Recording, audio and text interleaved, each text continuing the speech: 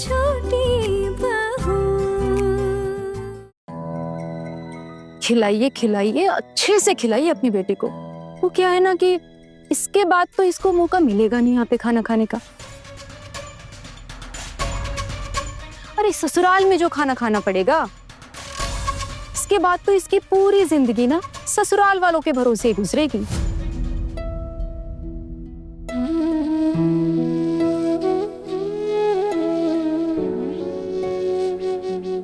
आ गई तेरी बेटी छुटकी।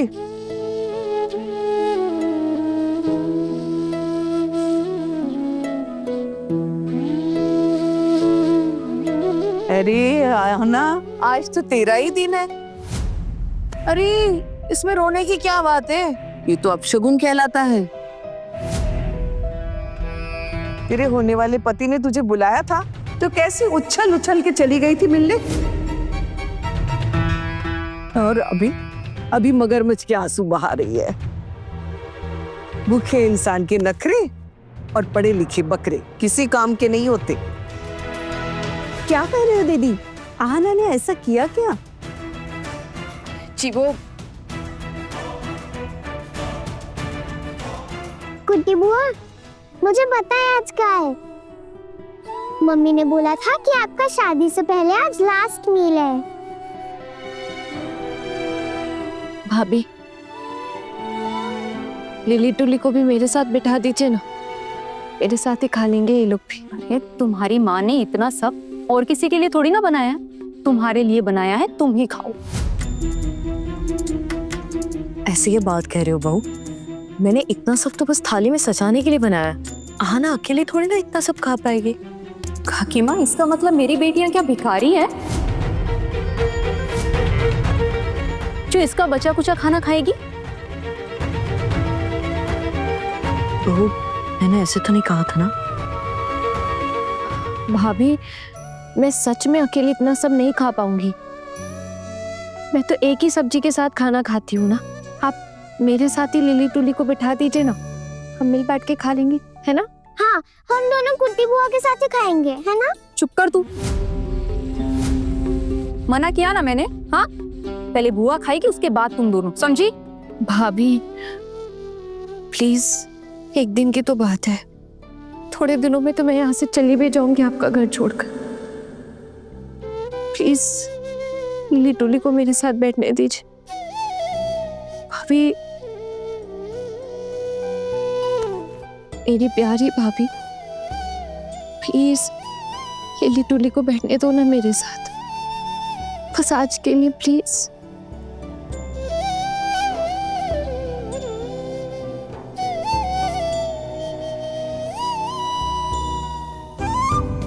लिली टुली, चलो अब तुम दोनों मेरे साथ बैठ के खाना खाओ। मैं बोल रही हूँ ना, माँ गुस्सा नहीं करेगी। चलो आहना, चलो खाना खाने बैठ जाओ। लिली टुली, तुम दोनों भी चलो। बुआ के साथ बैठो।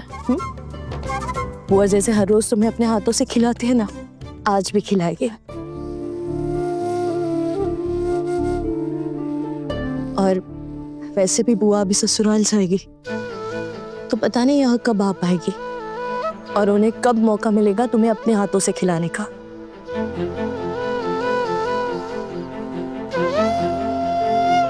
आहना, चल मैं खाना लेकर आती हूँ। चलो।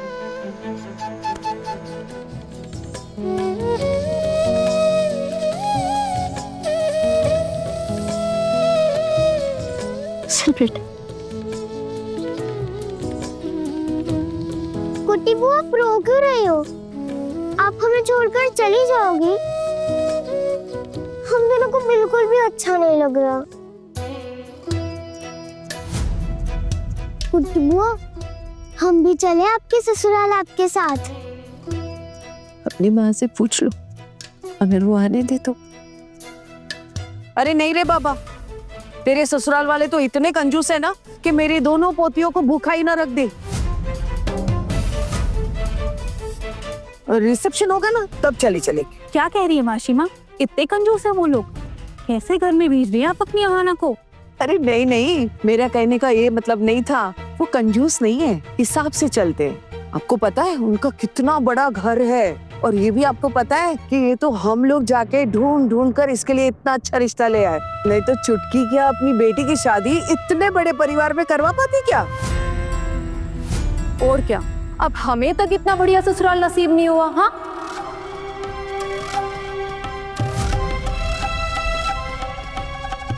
नहीं, मेरा मतलब है कि अब साधारण सा ससुराल है ना। अब मैं तो किसी की दया पे भी नहीं पली, और इसे देखो मुफ्त में हीरा मिल गया। भाभी, ईंट और सीमेंट की बड़ी बड़ी दीवारों से ससुराल वालों के दिल के बड़प्पन का पता चलता है क्या? अगर लोग अच्छे हो ना तो झोपड़ी में भी खुशियां मिल जाती है। और आपके तो ससुराल वाले इतने अच्छे, आपसे इतना प्यार करते। मुझे तो बड़े घर से ज्यादा घर वालों के प्यार की जरूरत है। प्यार इतनी आसानी से नहीं हो जाता, उसके लिए हमें भी अपनी तरफ से बहुत कुछ करना पड़ता है। आहना, मैं खाना लेकर आती हूँ बेटा। माँ, आशीर्वाद नहीं दोगी?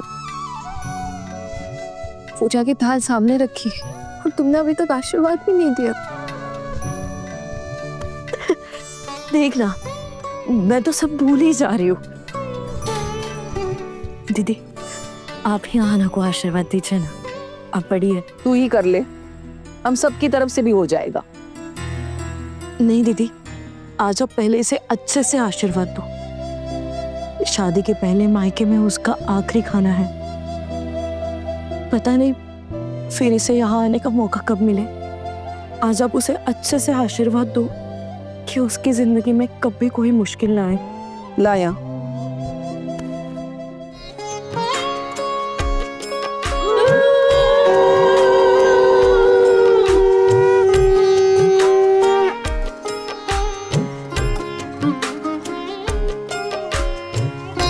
ले पकड़ थाली। अरे ये क्या, रो क्यों रही हो? शादी हो रही है तुम्हारी, और ये रोना धोना है ना, मुझे बिल्कुल अच्छा नहीं लगता। अरे अच्छे से अपना घर संभालो और खुश रहो, बस यही कहना है मुझे।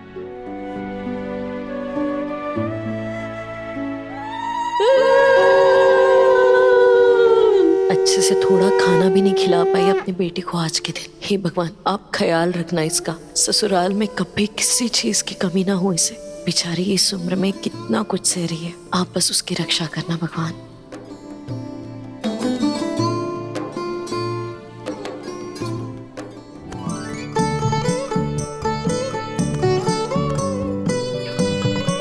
अरे रो मत बहू, तुम भी आशीर्वाद दे दो।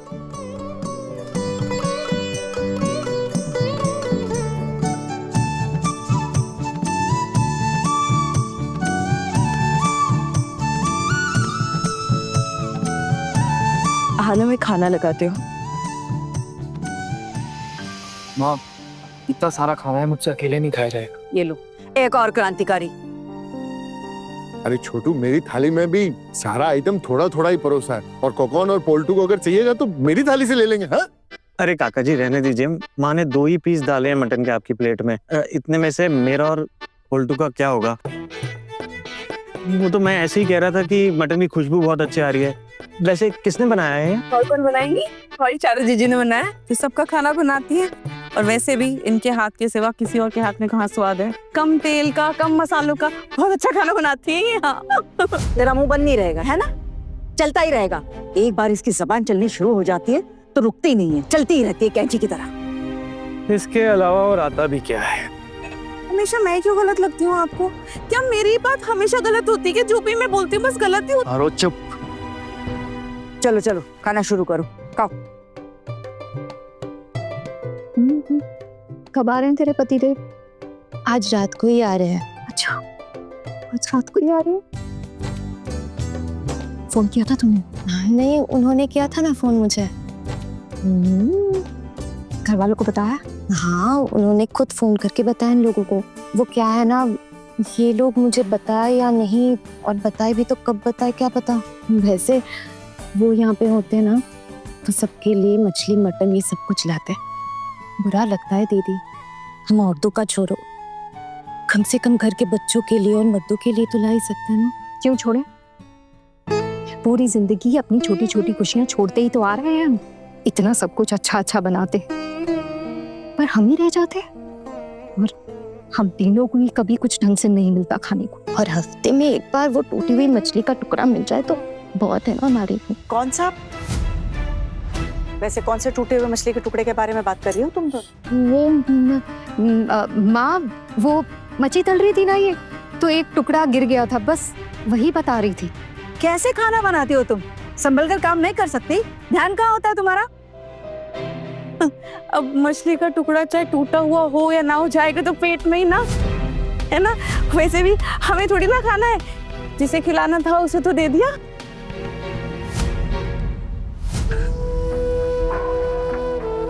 कुट्टी बुआ खा भी लो, जब तक आप नहीं खाओगी तो हम कैसे खाएंगे? खाओ खाओ, हम दोनों को भी तो खिलाना है ना। ठीक है, तो पहले मैं तुम दोनों को ही खिला देती। अरे नहीं नहीं, तेरा आज आईबोडू भात है, पहले तू निवाला खा, उनके बाद इन दोनों को खिला। जी बड़ी माँ।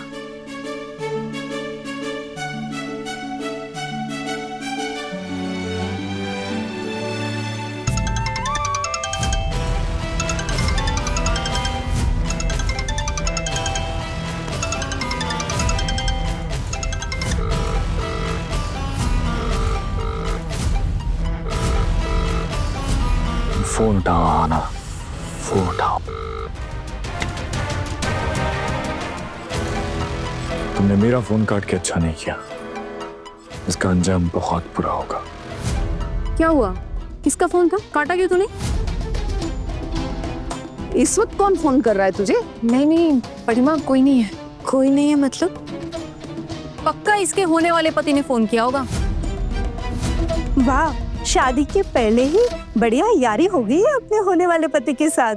आज उसका भी आय बुढ़ो भात होगा ना, इसीलिए वो पक्का पता करने के लिए फोन कर रहा है कि उसकी दुल्हन ने खाना खाया कि नहीं। अब रहा नहीं जाता दोनों से। नहीं नहीं चाची, ऐसा ऐसा कुछ भी नहीं है।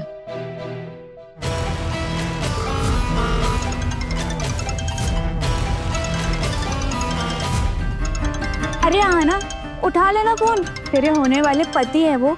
दिल क्यों तोड़ी है हमारे जीजा जी का? अगर अपना भला चाहती हो तो फोन उठाओ। ये कितनी बार फोन आ चुका है, एक बार उठा ले, क्या पता कोई जरूरी काम हो। अब नहीं भाभी, वो स्कैम वालों का फोन आ रहा है। वो आते हैं ना कंपनी वालों के, लोन ले लो, ये ले लो, वो ले लो, इसलिए फोन कट कर दिया मैंने। बस दिखा तो मुझे, कौन सी कंपनी का फोन है, दिखाएगी? अब नहीं भाभी, छोड़िए ना, रहने दीजिए, मैंने वैसे भी फोन काट दिया है। आप लोग भी खाना खा लीजिए ना, कितना टाइम हो गया है। अब मैं भी खा रही हूँ। हाँ बहू, मैं सब लोगों का खाना लगा देती हूँ। पहले खाना खा लो। आप सब लोग बैठ जाइए, मैं खाना लेकर आती हूँ। चाची मैं भी आपकी हेल्प कर देती। हाँ आजा।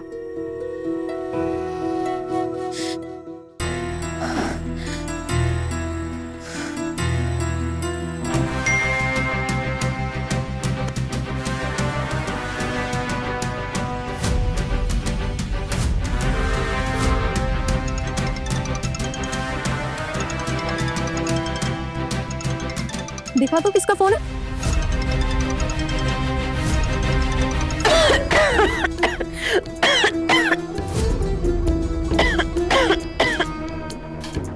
पानी।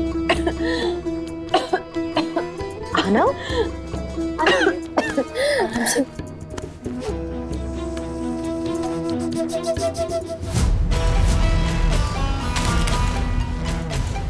अब क्या चाहिए इसे इतने साल बाद? मेरे साथ ये हमेशा इतनी प्रॉब्लम्स क्यों होती है?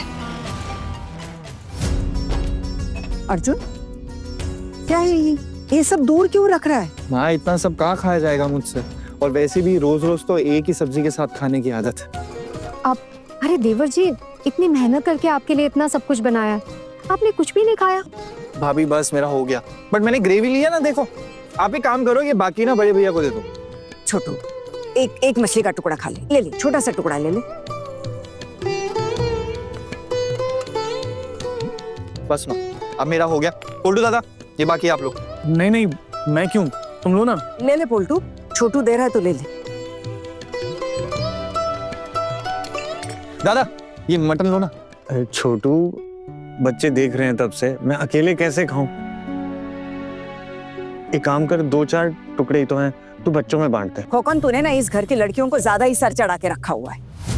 अगर चौम को देना है तो दे, लड़कियों को देने की कोई जरूरत नहीं है। वैसे भी लड़की होती ही पराया धन है। शादी के बाद किसी और का घर संभालना है उन्हें, इसलिए अभी से तैयार करना पड़ेगा, नहीं तो ये दोनों भी मजली बहू की तरह लालची हो जाएंगी। मामी माँ, मैं लालची हूँ?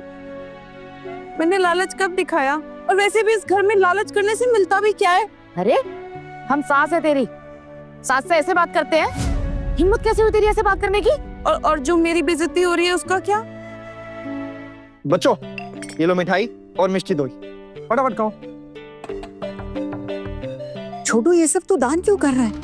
अरे तू नहीं खाएगा, हमारे परिवार में तो यही चलता आ रहा है। तेरे दोनों भाइयों की शादी के वक्त भी तो यही रिवाज पूरे किए थे हमने। मैं आपसे एक बात कहूं, आप प्लीज बुरा मत मानना और आज के दिन डांटना भी मत, लेकिन आप जो रीति रिवाज मानते हैं ऐसा जरूरी नहीं है कि वो सही है, क्योंकि मैं इन रीति रिवाजों को नहीं मानता।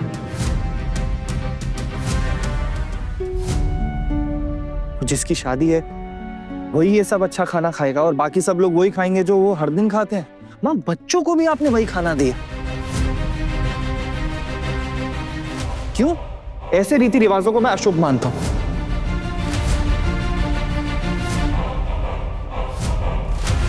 फ्यूचर में ससुराल जाकर इनको ढंग से खाना मिले या ना मिले, ये सोचकर हम इन्हें आज ही ढंग से ना खाना खाने दें,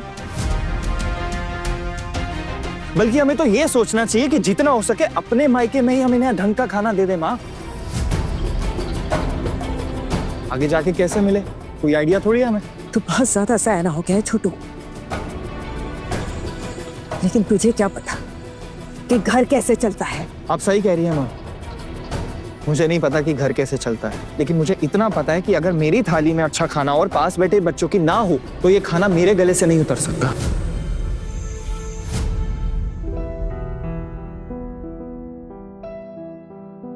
छोटू, बच्चे तो कभी कभी खाते ही रहते हैं, भले ही 9-10 महीने में मटन बनता है घर में, लेकिन बनता तो है, तब सब खाते ही है ना।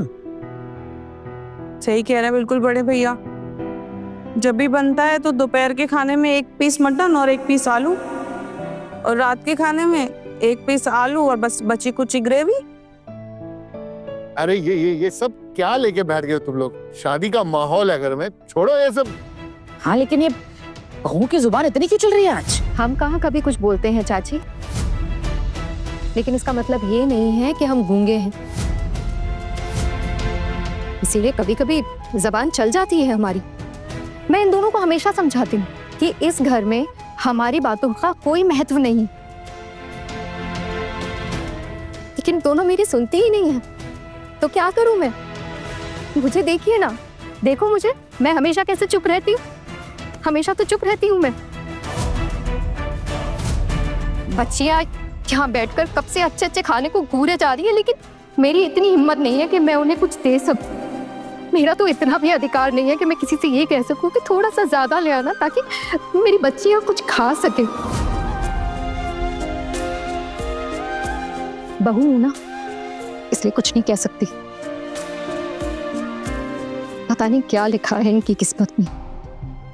तुम ये सब क्या लेकर बैठ गई हो? माँ अपने लिए थोड़ा ना कुछ करती हैं, जो भी करती हैं इस परिवार के लिए करती हैं ना। कभी कभी तो मुझे ये लगता है कि जिस घर को थोड़ा थोड़ा करके मैंने अपने हाथों से परिवार बनाया, वो अब मेरा रहा ही नहीं, बस इनका होके रह गया है। ये पराए घर से आई हुई लड़कियां मेरे सर पर चढ़कर बैठ गई। मेरे बेटे के आई बुढ़ो भात के अनुष्ठान की बर्बादी कर डाली तुम लोगों ने। खुशी मिली तुम तीनों को। क्यों एक बात को इतना खींच रही हो? देखो बेचारे अर्जुन ने कुछ खाया भी नहीं। आप चिंता मत करिए चाची, मैंने बहुत अच्छे से खा लिया। बच्चों, अब ये मिठाई सारी तुम खाओगे, पास करो। और अच्छे से खाना, मैं देख रहा हूँ। हाँ, शर्माने की कोई जरूरत नहीं।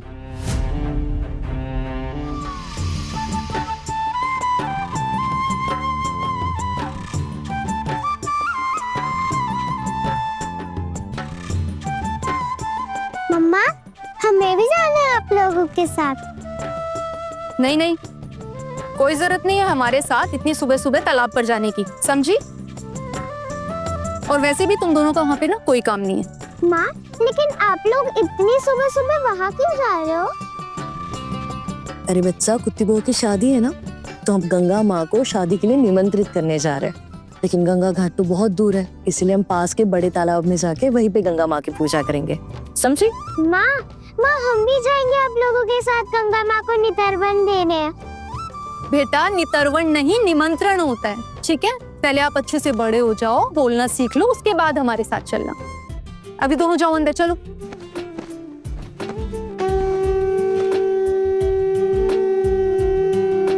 लगता है सब गंगा माँ के निमंत्रण के लिए जा रहे हैं। मेरा फोन कहाँ है? एक तो ये मधुर के चक्कर में कल दोपहर से फोन ऑफ करके रखा हुआ है।